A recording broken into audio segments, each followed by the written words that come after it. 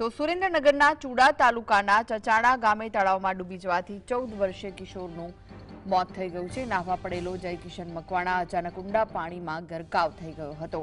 આ ઘટનાથી પરિવાર પર આભ તૂટી પડ્યું છે। નાના એવા ગામમાં શોકની લહેર ફરી વળી છે। બાળકના મૃતદેહને પોસ્ટમોર્ટમ માટે સરકારી હોસ્પિટલ ખસેડાયો છે, જ્યારે સ્થાનિક પોલીસે આ મામલે વધુ તપાસ હાથ ધરી છે।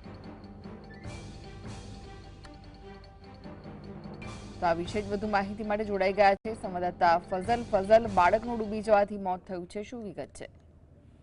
ખાસ કરીને સુરેન્દ્રનગર જિલ્લાના ચુડા તાલુકાના ચચાણા ગામે તળાવમાં ડૂબી જવાના કારણે 14 વર્ષના બાળકનું મોત નિપજવા પામ્યું છે।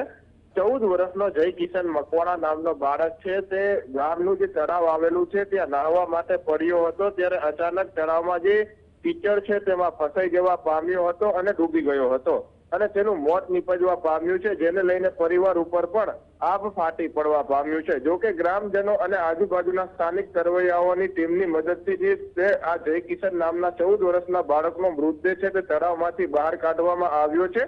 હાલના તબક્કામાં ચુડાના ચચાણા ગામેથી મૃતદેહ લઈ અને લીંબડી સરકારી હોસ્પિટલ ખાતે લઈ જઈ અને પીએમ અંગેની કાર્યવાહી છે તે શરૂ કરવામાં આવી છે। પોલીસને પણ આ બાબતની જાણ થતા પોલીસ પણ ઘટના સ્થળે દોડી આવી આ અંગે જાણવાજોગ ફરિયાદ દાખલ કરી અને વધુ તપાસ હાથ ધરવામાં આવી છે। જોકે 14 વર્ષના જય કિશન મકવાણા નામના યુવક જે બાળક છે તેનું ડૂબી જવાથી મોત થવાના કારણે પરિવાર ઉપર પણ આભ ફાટી પડ્યું છે અને લીંબડી જે સરકારી આરઆર હોસ્પિટલ છે ત્યાં પણ ગંભીર વાતાવરણ છે તે સર્જાઈ જવા પામ્યું છે અને નાના એવા ચચાણા ગામમાં પણ શોકનું મોજું છે તે ફરી વળવા પામ્યું છે।